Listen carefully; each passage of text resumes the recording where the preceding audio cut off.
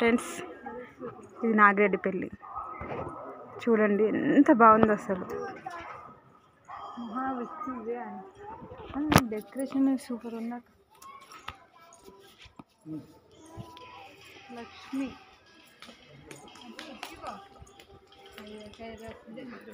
Friends, ఖచ్చితంగా అందరూ ఇక్కడ దగ్గరలో ఎవరన్నా ఉన్న వాళ్ళైతే ఖచ్చితంగా వచ్చి చూడవచ్చు. ఇక్కడికి స్వర్ణగిరికి వచ్చిన వాళ్ళు ఖచ్చితంగా ఇక్కడికి రావాలి. ఎందుకంటే ఇది స్వర్ణగిరికి కొంచెం దగ్గరలోనే ఉంటుంది కాబట్టి, ఒకవేళ ఓల్డ్ కొంచెం నడవరాని వాళ్ళు, చేతగాని వాళ్ళకి వెహికల్స్ కూడా ఉన్నాయి.